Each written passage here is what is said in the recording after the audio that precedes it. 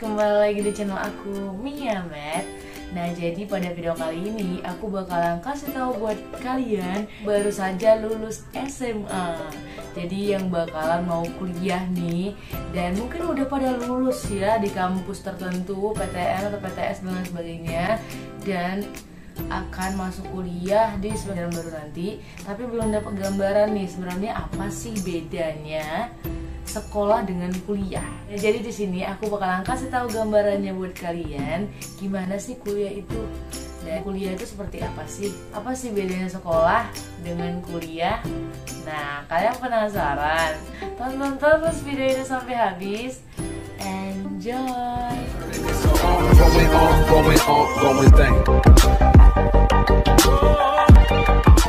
Jangan lupa untuk di-subscribe, like, comment, and share. Berbicara mengenai kuliah, pasti kalian sudah pernah lihat di FTV. Jadi terkesannya bahwa mahasiswa itu yang kuliah itu mudah banget gitu ya, kayak enjoy banget gitu sih. Sering jalan-jalan, pakai bajunya bebas, waktu kuliahnya fleksibel gitu. Kemudian banyak kisah romantis dan lain sebagainya. Jadi terkesan bahwa kuliah itu nyantai dan enak banget gitu. Tapi kalian pernah dengar juga kan bahwa ada juga mahasiswa yang lama tamatnya, sampai 4 tahun, 5 tahun, 6 tahun, 7 tahun sampai DO baru tamat. Pernah dengar kan? Ada yang susah juga tamatnya. Kemudian kalian pernah lihat juga seorang mahasiswa yang bawa buku tebal, kemudian atau bawa laptop, bawa tas yang super tebal banget, besar gitu ya. Nah, jadi kesan bahwa kuliah itu susah gitu, sulit. Nah, jadi sebenarnya gimana sih gambaran dari kuliah itu? Nah, jadi di sini aku langsung aja kasih tahu perbedaan dari sekolah dengan kuliah. Yang pertama, tanggung jawabnya lebih besar. Jadi tanggung jawab yang kamu emban setelah kamu menjadi mahasiswa, proses dari kamu jadi siswa ke mahasiswa, sekarang jadi mahasiswa, udah tingkat atas dari siswa tuh. Kamu punya tanggung jawab yang besar pada diri kamu. Beda dengan sekolah. Kalau di sekolah kamu itu kalau bermalas-malasan dalam belajar, mungkin dampak paling negatifnya yaitu raport kamu jelek gitu kan. Dan masih ada penyelamatnya yaitu nilai KKM. Misalnya nilai KKM kamu 75, ya udah karena kamu malas-malasan, nggak mau belajar dan lain sebagainya, ya dampak jeleknya ya raport kamu nilainya 75 gitu. Palingnya kalau misalnya gurunya baik 80 dibikinnya. Jadi kalau misalnya kuliah, kamu bermalas-malasan dengan kuliah kamu, dampak yang paling buruk adalah kamu bisa aja ngulang mata kuliah itu di tahun depan atau semester depan gitu. Dan jadi itu dia konsekuensinya, kamu bisa aja ngulang mata kuliah tersebut. Jadi mungkin gini ya, kalau misalnya sekolah, kamu kan mungkin kalau misalnya nilainya semuanya rendah nih, kamu bisa aja nggak naik kelas gitu kan. Tapi kalau misalnya kuliah itu ada sistem SKS namanya, yaitu sistem kredit semester. Nah, jadi itu per mata kuliah punya nilainya sendiri, ya udah. Jadi per mata kuliah itu punya tanggung jawab sendiri terhadap mahasiswanya. Mahasiswa nggak lulus di mata kuliah tersebut, ya udah di mata kuliah itu aja yang dia ngulang, yang lainnya enggak, seperti itu.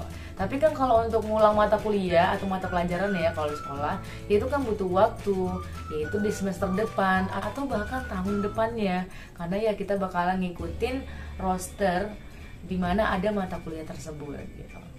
Ya jadi ya malu sendiri sih, bisa aja nanti kita kuliah di kelasnya ada tingkat mahasiswa baru lagi, kan malu, tau gak sih ya. Jadi kamu dituntut untuk bertanggung jawab kepada diri kamu sendiri, dan tidak ada peraturan yang mengikat seperti di sekolah, seperti itu.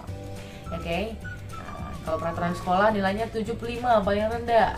Nah, kalau kuliah tidak ada, terserah gurunya. Kalau di sekolah guru ya, kalau di kuliah namanya dosen, terserah dosennya mau ngasih nilai berapa, seperti itu. Jadi ya tergantung kemampuan kamu. Jadi kamu harus bertanggung jawab pada diri kamu sendiri. Oke, kita masuk ke yang kedua. Yang kedua yaitu kecepatan mengajar lebih tinggi.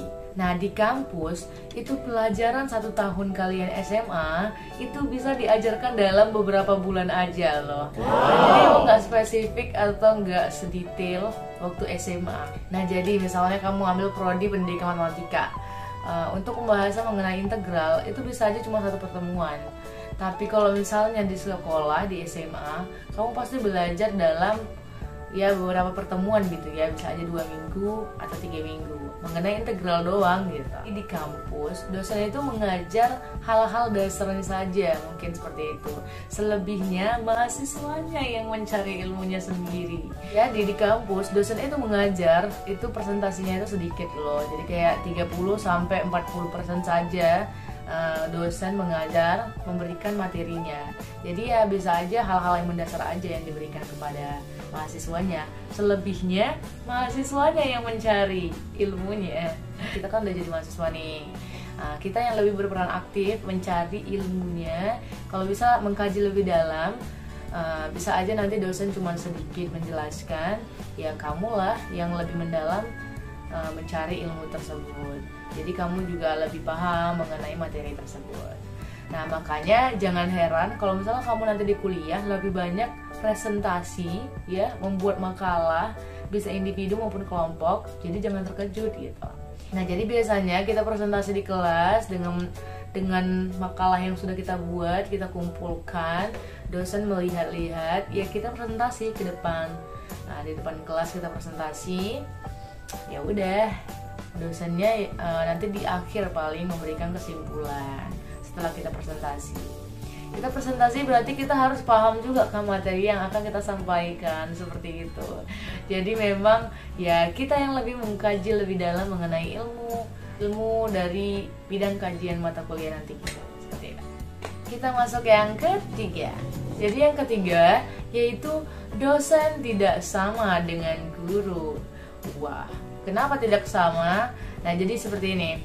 Kalau kita di sekolah, guru itu mendedikasikan semua waktunya untuk mengajar di kelas, seperti itu kan. Nah sesuai dengan mata pelajaran yang diajarkannya. Kalau dosen, dia memiliki kesibukan lainnya selain dari mengajar di kelas, seperti itu. Dia bisa jadi pembimbing skripsi, dia bisa jadi narasumber sidang, narasumber mungkin seminar, kemudian dia buat jurnal internasional, nasional. Kemudian dia juga sebagai pengawas ujian atau lain sebagainya. Jadi memang banyak banget kesibukannya. Apalagi kalau misalnya dosen yang memiliki jabatan tertentu dalam kampus di institusinya. Wow, itu pasti sibuk banget sih dosen itu. Makanya jangan heran nanti kalau misalnya kuliah dosennya nggak hadir atau bahkan mengganti jadwalnya ke jam yang lain. Nah itu juga karena dosennya yang punya jadwal yang sibuk. Kemudian kalau kita di sekolah, ya guru karena dia mendedikasikan waktunya untuk mengajar di kelas, ya pencapaian kompetensi siswanya, kemudian ngelihat karakteristik siswanya juga lebih teliti dibandingkan dosen. Nah, kalau misalnya dosen terkesan lebih cuek sih ngelihat mahasiswanya. Jadi nanti jangan heran bahwa dosen kamu nggak kenal dengan kamu, ya. Jadi memang kamu sendiri yang harus ya berperan aktif lah dalam kelas sehingga nantinya dosen kamu bisa kenal dengan kamu. Oke, jadi dosen itu tidak sama dengan guru. Dosen lebih terkesan cuek loh. Jadi hati-hati aja. Oke, kita masuk yang keempat. Nah, yang keempat, jumlah ujiannya lebih sedikit. Nah, jadi kalau di kampus itu jumlah ujiannya itu bisa terhitung sih berapa kali.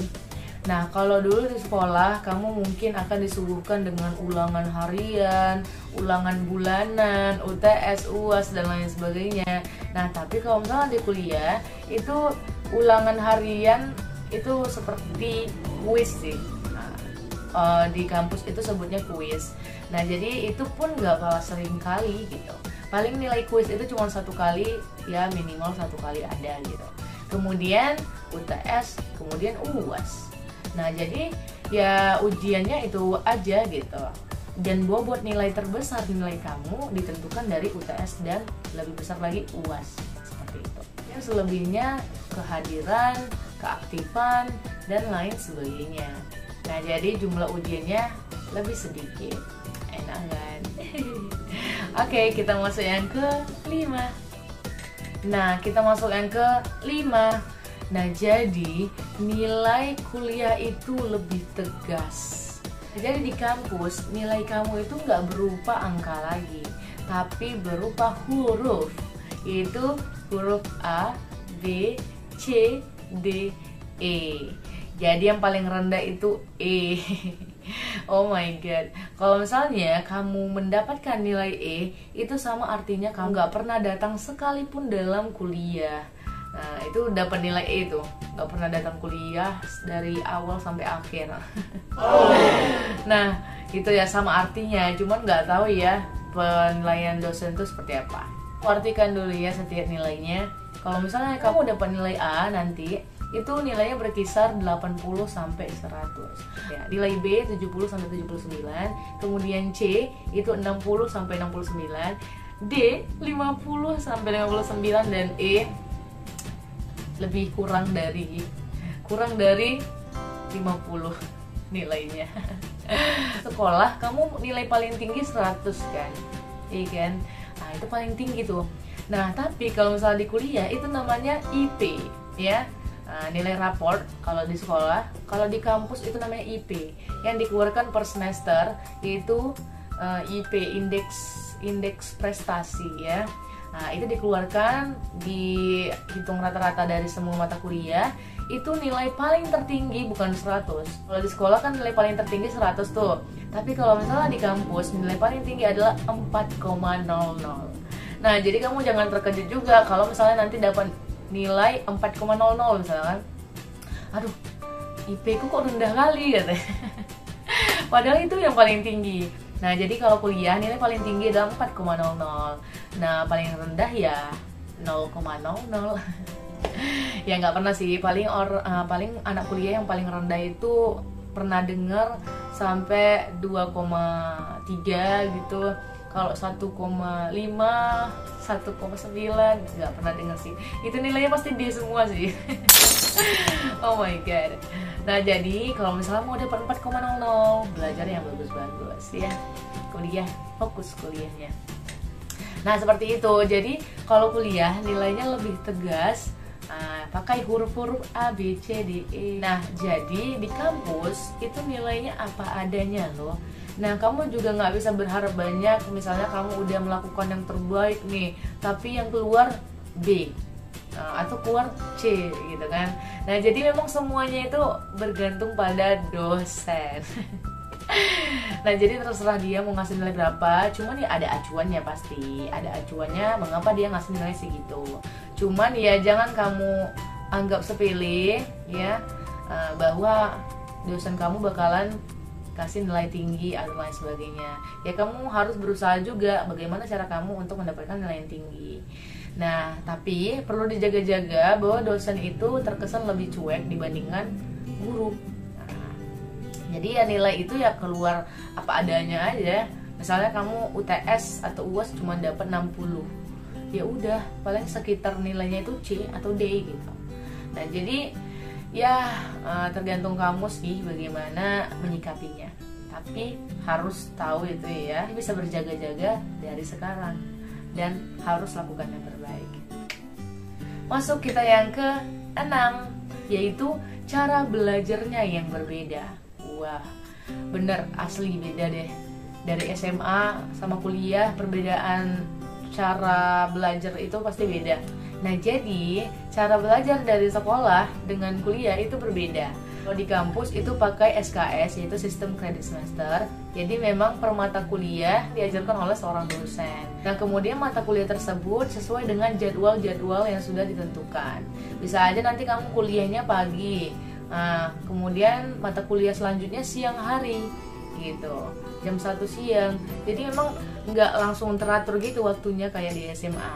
Kalau di SMA mungkin kan kalau kamu jam pertama bahasa Indonesia, jam kedua matematika, kemudian kimia, bahasa Inggris gitu. Pulanglah jam 2 siang. Nah, tapi kalau misalnya kuliah, jadwal itu nggak bisa kamu tentukan. Mungkin ada kampus yang teratur waktunya, ada juga yang enggak, karena dosen itu memiliki waktu kesibukannya masing-masing. Jadi dosen itu bisa aja nggak ajar di jam 9 pagi, tapi dia bisa sore. Ya udah, kamu ikutin apa kata dosen, yaitu masuk di kelas sore hari, seperti itu. Nah, jadi memang ya seperti itu, cara belajarnya beda dan jadwalnya juga berbeda. Untuk cara belajarnya mungkin seperti ini ya. Mungkin cara belajar yang berbeda. Kalau misalnya kamu di sekolah, guru mungkin udah ngasih ini ya, materi, ditulis, diajarkan. Apa yang kalian nggak tahu ditanya gitu kan, nanti dijawab oleh guru. Kalau di kampus, yang lebih aktif yaitu mahasiswanya. Jadi kamu bakalan disuguhkan dengan presentasi-presentasi buat makalah, buat mini riset, penelitian kecil-kecilan dan lain sebagainya. Dan itu kamu yang mempresentasikannya di kelas, kamu yang ajarkan depan teman-teman yang lainnya. Jadi memang itu melatih skill juga ya dalam public speaking. Nah, kemudian ya kamu presentasi apa hasil yang udah kamu peroleh, audiens, teman-teman kalian yang lain boleh saja bertanya mengenai makalah kalian. Nah, kemudian kalian langsung jawab loh. Kalian jawab setahu kalian, seapa yang kalian tahu gitu ya. Nah, jadi itu deg-degan parah sih kalau menurut aku. Grogi sih iya, cuma memang kita harus ada persiapan. Makanya atau H-2-nya kamu juga udah belajar, jadi nggak grogi lagi. Udah ada persiapan bekal lah gitu. Nah, jadi nanti kawan-kawan kamu bakalan bertanya sama kamu dan teman-teman sekelompok kamu seperti itu. Nah, di situ dosen sebagai ini fasilitator gitu ya, sebagai ini pengarah gitu. Nah, jadi misalnya udah siap nih atau masih ada perdebatan yang panjang, nah dosen nantinya akan masuk ke dalam ini debat itu, masuk ke dalam pembicaraan, akan memberitahukan gimana. Jadi kayak lebih ke penengah sih, dan juga penasehat apa sih sebagai fasilitator gitu. Nah, jadi disitulah nanti dosen memberikan pencerahan. Nah, kemudian kalau misalnya kita sudah presentasi, bisa aja nanti dosen memberikan kesimpulan, kesimpulan dan juga materi tambahan lainnya yang bisa mendukung materi yang dipresentasikan. Jadi nggak mengarah kemana-mana gitu. Jadi ke lebih satu arah. Jadi dosen bisa mengarahkan mahasiswanya ke jalan yang baik gitu, sesuai dengan kajiannya. Jadi ngasih tahu yang benar juga setelah tadi perdebatan yang panjang. Nah, jadi cara belajar di sekolah dengan kuliah itu berbeda banget. Lebih aktif mahasiswa daripada gurunya. Seperti itu. Nah, jadi kalau bisa kalian harus lebih banyak belajar di luar, gali ilmu lebih dalam sebelum masuk ke pelajaran kuliahnya. Seperti itu. Yang ketujuh yaitu adanya skripsi. Oh wow. Skripsi adalah puncak dari segala macam drama lika-liku kehidupan perkampusan. Lika-liku kehidupan kamu menjadi seorang mahasiswa. Nah, jadi kamu akan membuat sebuah skripsi namanya di akhir kuliah kamu. Nah, jadi biasanya kalau misalnya S1 itu 4 tahun ya. Nah, jadi di semester 8 kamu akan membuat skripsi namanya. Seperti itu ya.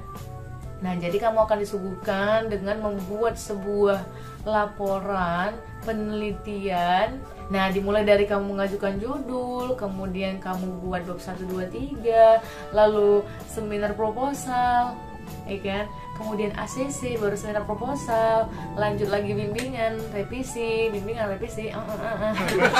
Itu aja siklusnya. Kemudian ACC, ACC kamu penelitian, bimbingan. Kemudian di ACC kamu bisa sidang. Wow. Nah, jadi sidang itu adalah jalan menuju wisuda. Nah, setiap mahasiswa pasti menginginkan momen-momen wisuda. Nah, jadi inilah puncaknya, yaitu pengerjaan skripsi. Nah, skripsi itu ada 5 bab ya. Bab 1, 2, 3, 4, 5, kesimpulan. Nah, kemudian ada lampiran-lampiran dan lain sebagainya. Nah, itu juga kamu harus belajar juga. Kalau bisa sering-sering ke kampus, kemudian sering ke perpus lah. Nah, kalau bisa sering-sering ke perpus, lihat skripsi kelas. Biasanya judulnya itu apa? Nah, kamu lihat, kamu menemukan judul skripsi, kamu harus tahu dulu tema yang kamu mau itu apa, atau tema yang dosen inginkan itu seperti apa. Bisa kamu lihat dari skripsi kakak kelas, biasanya dosen pembimbing kamu itu mengasih judul yang seperti apa. Nah, bisa kamu ikutin juga gitu. Nah, bisa kamu modifikasi juga. Boleh seperti itu ya. Boleh modifikasi, tapi jangan menciplak seperti itu. Oke. Nah, kalau kamu modifikasi itu bisa berhak menjadi punya kamu. Tapi kalau plagiat itu menciplak karya orang lain itu tidak diperbolehkan. Bisa kamu masuk penjara juga loh. Nah, seperti itu deh. Nah, jadi ada skripsi di antara kita. Nah, jadi untuk akhir dari kuliah kamu akan disuguhkan dengan skripsi. Jadi nanti jangan heran kalau misalnya pas kuliah nanti dosen minta kamu meneliti sesuatu, ini riset ke lapangan dan lain sebagainya. Mungkin nanti ada magang dulu di semester 6 atau 7 itu biasanya ada magang. Nah, di situ kamu udah bisa observasi ke lapangan juga, apa sih masalah yang ada di lapangan ini. Nah, bisa kamu ambil sebagai judul kamu. Jadi itu sih, bisa belajar dari situ, kemudian dapat judul, nanti tinggal di semester 8 kamu buat skripsinya. Nah, kalau bisa kamu tamat dalam waktu minimal 3,5 tahun, kalau bisa 4 tahun, itu sih standar dari S1 ya, lulusan S1. Kalau bisa seperti itu, lebih cepat lebih baik karena masih banyak perjalanan yang akan kamu lalui nanti setelah kamu menjadi sarjana. Dan jangan kecewakan orang tua kalian karena sudah membiayai kuliah kalian, atau bahkan kalian yang biaya kuliah kalian sendiri, kalian sih, atau dapat beasiswa dan lain sebagainya dari instansi. Nah, kamu gak boleh kecewain itu semua. Kamu harus lalui dan fokus pada tujuan apa yang kamu raih, apa yang kamu inginkan, cita-citakan. Nah, jadi luluslah tepat waktu dan di waktu yang tepat. Enggak lah, di waktu yang tepat ya, tepat waktu. Nah, maka luluslah tepat waktu. Oke. Nah, mungkin cukup sekian perbedaan dari sekolah dengan kuliah yang bisa aku kasih tahu untuk kalian. Itulah gambarannya menjadi seorang mahasiswa. Oke, terima kasih sudah nonton video ini sampai habis. Jangan lupa subscribe, like, comment, and share. Ya, dadah. Sampai jumpa di video selanjutnya. Dadah.